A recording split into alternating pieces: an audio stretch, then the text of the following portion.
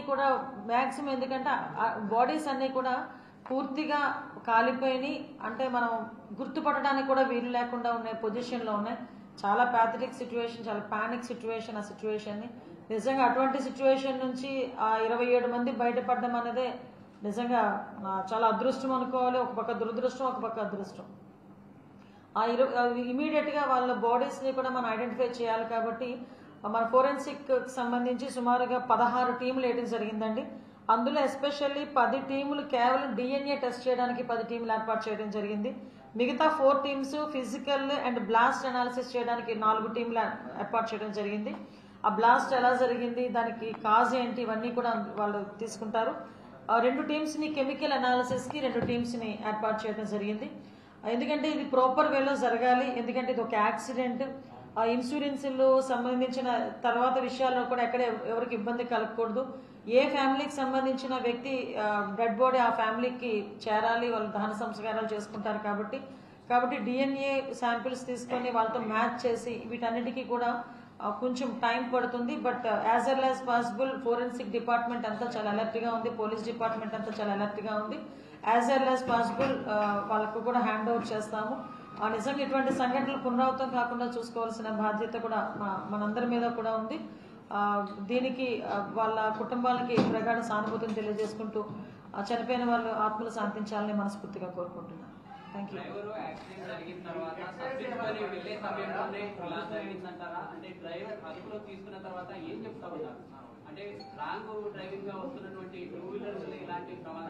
యాక్చువల్గా 2 types of information వచ్చిందండి. Investigation అయితే జరుగుతుంది, అండర్ ఇన్వెస్టిగేషన్ ఇది.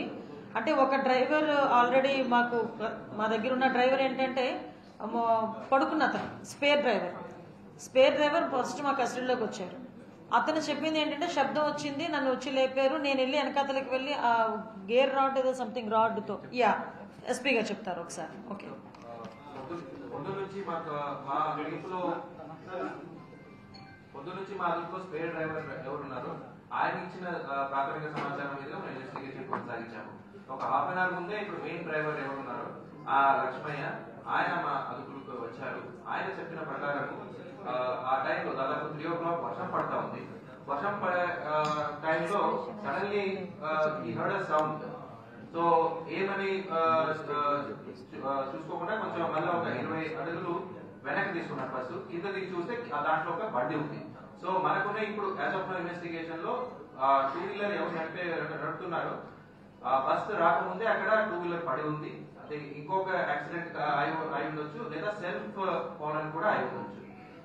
సో బస్సు 2 వీలర్ దాకా వచ్చి అక్కడ స్టక్ అయింది. 2 వీలర్ స్టక్ అయిన వల్ల స్పార్క్ వచ్చాయి. ఆ స్పార్క్ వల్ల ఇనిషియల్ ఫైర్ స్టార్ట్ అయింది. సో ఇప్పుడు దాకా ఉన్న investigation reveals these facts. Driver అప్రమత్తం అయి ఉంటే ఈ ప్రమాదం జరిగేది కాదు. కేవలం బైక్ రైడర్ మాత్రమే చనిపోయేవారు. అక్కడ ఉండే డ్రైవర్స్ అలర్ట్ చేయకపోవడం వల్ల ఇంత ప్రమాదం జరిగిందని బాధితులు చెప్తూ ఉన్నారు. అక్కడ ఉండే లైవ్ లో ఉన్నటువంటి సాక్ష్యాధారాలు చెప్పే పరిస్థితి. అంటే యాక్చువల్గా మీరు అన్నదానికి మేము ఏకీభవిస్తున్నాం. కాకపోతే ఏంటంటే ఒక ఇన్సిడెంట్ జరిగిన తర్వాత చాలా కారణాలు మనకు బయటకు తీస్తాం. వీటన్నిటికీ ఇన్వెస్టిగేషన్ చేయడానికి, కేసెస్ ఫైల్ చేయడానికి పోలీస్ డిపార్ట్మెంట్ కూడా ఉంది. సో మీరు అన్న అన్ని కోణాల నుంచి కూడా, ఎందుకంటే ఇదేదో ఇలా జరిగిందని వదిలేయలేదు. 16 ఫోరెన్సిక్ టీములు పెట్టామంటేనే ఒకసారి అర్థం చేసుకోండి. అందులో 4 టీమ్స్ ఎక్స్క్లూజివ్లీ దీని గురించే, ఇన్సిడెంట్ ఎలా జరిగింది, ఇన్సిడెంట్ జరగడానికి కారణం ఏంటి, ఎక్కడ స్టార్ట్ అయింది, ఇవన్నీ కూడా చాలా క్లియర్గా బయటకు వస్తాయి. ప్రతి ఒక్కరి మీద కూడా చర్యలు ఉంటాయి. ఆల్రెడీ కేసెస్ కూడా ఫైల్ అయినాయి. ఓకే. కేంద్రపాలిత ప్రాంతాల్లో కొన్న తర్వాత ఈ విధంగా స్టేట్ లో మెట్రోపాలిటన్ సిటీస్ లో ట్రావెల్ చేస్తూ ఉన్నారు. ఎందుకంటే యూటీస్ లో వెహికల్స్ కాస్ట్ చాలా తక్కువగా ఉంటుంది. తర్వాత వాటికి సరైనటువంటి ఆధారాలు లేవు. ఆ ఆధారాలు లేకున్నా అధికారులు కూడా మామూలు మాయలు ఉంటూ యథేచ్ఛగా ఈ వెహికల్స్ రోడ్డు మీదకి రావడం వల్ల ఇలా జరుగుతూ ఉన్నాయి అనేది పబ్లిక్. ఓకే, ఇప్పుడు ఇన్సిడెంట్ జరిగింది కాబట్టి చాలా వస్తాయి, నేను కాదని చెప్పట్లేదు, నేను అది కాదు. ఆల్రెడీ దీనికి సంబంధించి చూసుకుంటే మొత్తం ఆల్ ఇండియా పర్మిట్ ఉంది, ఫిట్నెస్ సర్టిఫికేట్స్ ఉన్నాయి, అన్నీ కూడా ఉన్నాయి ఇందులో. సో ఎందుకు జరిగింది, ఏం జరిగింది, మీరు అన్న కోణంలో కూడా మేము ఈరోజు దర్యాప్తు చేయడానికి సిద్ధంగా ఉన్నాం. అన్ని కోణాల్లోని దర్యాప్తు చేయమని గౌరవ ముఖ్యమంత్రి గారు ప్రత్యేకంగా దీని మీద ఆదేశించారు. ఈరోజు మమ్మల్ని అందరినీ హుటాహుటిని ఇక్కడికి పంపించడంలోనే దీన్ని ఎంత సీరియస్గా రాష్ట్ర ప్రభుత్వం తీసుకున్నదన్న విషయం కూడా మీరు గ్రహించుకోవాలి. నేషనల్ హైవేలో ఎక్కువ స్పీడ్ కంట్రోలింగ్ లేకపోవడంతో ప్రమాదం జరిగితే హై స్పీడ్ తోనే ఉండింది అనేది ప్యాసింజర్ చెప్తున్నారు. యా లిటిల్ అందుకేనండి ఫోరెన్సిక్ టీమ్స్ 4 టీమ్స్ వేసాం కదా, ఎంత స్పీడ్ లో వెళ్తుంది, ఎప్పుడు ఏ స్పీడ్ లో బ్రేక్ పడింది, ఇవన్నీ వస్తాయి ఇన్వెస్టిగేషన్ లో, ఎవ్రీథింగ్ వస్తాయి. ఏ స్పీడ్ లో బ్రేక్ పడుతుందో కూడా తెలుస్తుంది. కాబట్టి ఇవన్నీ వస్తాయి, డెఫినెట్ గా వాళ్ళ మీద చర్యలు ఉంటాయి. ఎందుకంటే ప్రాణాలండి, కళ్ళ ముందు 19 ప్రాణాలు పోయినాయి. చాలా మంది, నేను ఈరోజు హాస్పిటల్కి వెళ్ళి మాట్లాడుతుంటే కళ్ళ ముందు కాలిపోయారండి అని చెప్పారు. మా ఎమ్మెల్యే గారు చెప్పారు, ఒక చంటి పిల్లని ఒళ్ళో పెట్టుకుని కాలిపోయింది ఒక ఆమె. నిజంగా చాలా ప్యాథటిక్ సిచ్యువేషన్.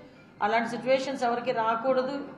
ఫ్యూచర్ లో కూడా ఎటువంటి సందర్భంలోనూ ఇలాంటివి మనం జరగకూడదని కోరుకోవాలి. దీనికి ఇది ఒక ఎగ్జాంపుల్ గా తీసుకునైనా గౌరవ ముఖ్యమంత్రి గారితో మాట్లాడి మీరందరూ చెప్పినట్టుగా ఒక హైపో కమిటీ లాంటిది ఒక కమిటీ ఏర్పాటు చేసుకొని, ఇప్పుడు ఏదైతే మీరు కొన్ని సూచనలు ఇచ్చారో ఆ సూచనలు బేస్ చేసుకొని ఒక రిపోర్ట్ కూడా రెడీ చేసి సీఎం గారికి ఇవ్వడానికి కూడా సిద్ధపడతాం. దానికి కూడా సీఎం గారికి చెప్తాం. ఈ ప్రైవేట్ బస్సుల ప్రమాదాలకు ప్రత్యేక విచారణ కమిషన్ ఏర్పాటు చేస్తారా చేయాలా? ఇప్పుడు అదే చెప్పానండి మీతో. జస్ట్ ఆ కమిషన్, హైపో కమిషన్ ఒకటి వేస్తాము. రోడ్ ట్రాన్స్పోర్ట్ డిపార్ట్మెంట్, అదేవిధంగా పోలీస్ డిపార్ట్మెంట్, రెవెన్యూ డిపార్ట్మెంట్ కలిపి ఒక కమిటీ కూడా ఏర్పాటు చేసి, ఒక ఎంక్వైరీ కమిటీ కూడా ఏర్పాటు చేయడానికి గౌరవ ముఖ్యమంత్రి గారికి కూడా చెప్పి ఇమీడియట్ గా అది కూడా ఏర్పాటు చేస్తాం. రాత్రి వేళల్లో ఉన్నాయి అనేది ఏదంటే ఆర్టీఓకి సంబంధించినటువంటి ఇన్స్పెక్షన్ లేకపోవడము, తర్వాత దానికి సేఫ్టీ మేనేజ్మెంట్స్ లేకపోవడంతో ఇలాంటి ప్రమాదాలు చోటు చేసుకుంటున్నాయి. దానిపైన ఎలాంటి చర్యలు చేపట్టవచ్చు? ఇప్పుడు మేము ఏర్పాటు చేయబోయే కమిషన్ ఏదైతే ఉందో, కమిటీ ఏదైతే ఉందో 3 డిపార్ట్మెంట్లు కలిపి, అందులో అన్ని ఎంక్వైరీలు కూడా జరుగుతాయి, అన్ని డీటెయిల్స్ బయటకు వస్తాయి. ఒక సూచనలే కాకుండా మేము కూడా ఒక ఎస్ఓపి ఇచ్చేస్తాం. ఇలా ఉండాలి, ఇలా ఉంటేనే రోడ్డు మీదకి ఎక్కాలి, బస్ ఇంతే స్పీడ్ లో నడపాలి, ఈ టైంలోనే ఉండాలి. అదైతే క్లియర్ గా తెచ్చుకుంటామండి. ఒక్క నెంబర్లోనే దాదాపు ఎక్కువ బస్సులు ప్రైవేట్ ట్రావెల్స్ ఎక్కువ నడుపుతున్నారు అనేది సార్ మాట్లాడతారు, రోడ్ ట్రాన్స్పోర్ట్ మినిస్టర్ గారు. ఒకసారి ఉండండి, చెప్తున్నారు కదా. మినిస్టర్ గారు ఒక్క నిమిషం అండి. ఎక్కడి నుంచి మాట్లాడుతున్నారు? ఫైర్ అలారం సిస్టాన్ని ఎందుకు పర్యవేక్షణ లేకుండా పోవడం వల్ల ప్రమాదం జరిగిన తర్వాత అన్ని చెప్తారు. ప్రమాదం నివారణకు ముందు చర్యలు తీసుకుంటే ఇటువంటి సంఘటనలు, ఒక ట్యాంక్, ఒక క్రికెట్ ఆడేటప్పుడు హెల్మెట్ వాడతారండి.